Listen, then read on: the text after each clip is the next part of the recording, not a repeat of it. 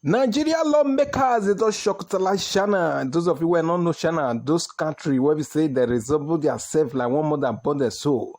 Now they talk so where we say that they chop, how do you bere, how do you koro, how do you goro, how do you busu, and that country how they talk so. I go play the video for now. Nigeria lawyer, they don't shock them, they don't put them into panic. They say for now to bring coronavirus into this world where we see they keep people anyhow. And black citizens where they say they on a country, on a still they beat them, they kill them. For that, we don't first, we don't fit tolerate that nonsense with una. Una go pay $200 billion as I hear this money. I say, oh, I chest myself, I say, wow. See, those of you where be saying now they say, hey, I just they use Pararamat. Now that Pararamat now they use too. Those of you where they say that, oh yeah, open your eye, I wash.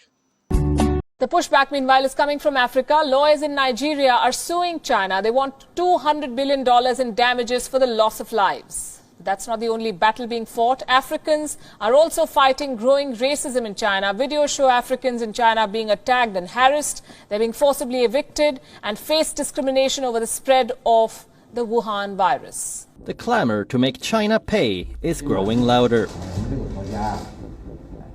The latest on the list is Nigeria. A group of Nigerian lawyers is suing China. They want $200 billion in damages. Reports cite a statement.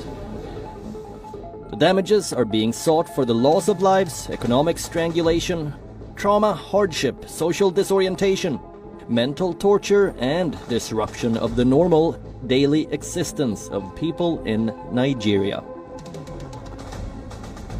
The lawyers have a two-phase action plan.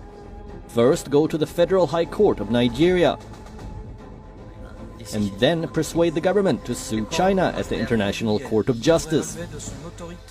Africa's anger against China is being fueled by the racist attacks Africans are facing in China. They are battling discrimination and stigma.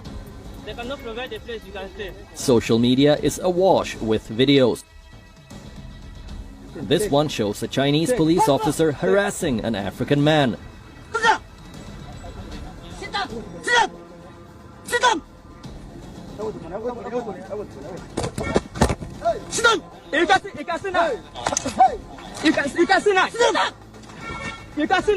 Another video shows a group of Chinese men attacking an African, with a woman shouting out for help in the background. The exact context or what transpired before and after the video was shot is not clear. Racism and xenophobia are on the rise in China. Reports say thousands of African-origin people have been left homeless after being evicted over fears that they could be spreading the coronavirus. This is apparently linked to a cluster of COVID-19 cases in the Nigerian community in the southern city of Guangzhou in China. The African students residing in the area say they have been subjected to arbitrary quarantines and forced evictions. Mohammed, a Guinean student in Guangzhou, narrates his ordeal. When you go out, people run away from you. It's very terrible. You will be like uncomfortable to stay in that country. So every time your family is calling you, asking you about the information, how you are living here, and then how you are struggling. But there is something you cannot tell them because they will feel bad. They will start crying and then worrying about you. The African Union earlier this month expressed its extreme concern about the situation in Guangzhou and called on Beijing to take immediate corrective measures. Nigerians were worried. Several African ambassadors in China have written to the country's foreign minister over the discrimination faced by Africans. But the hands of these governments are tied. Most of them have taken billions of dollars of Chinese loans.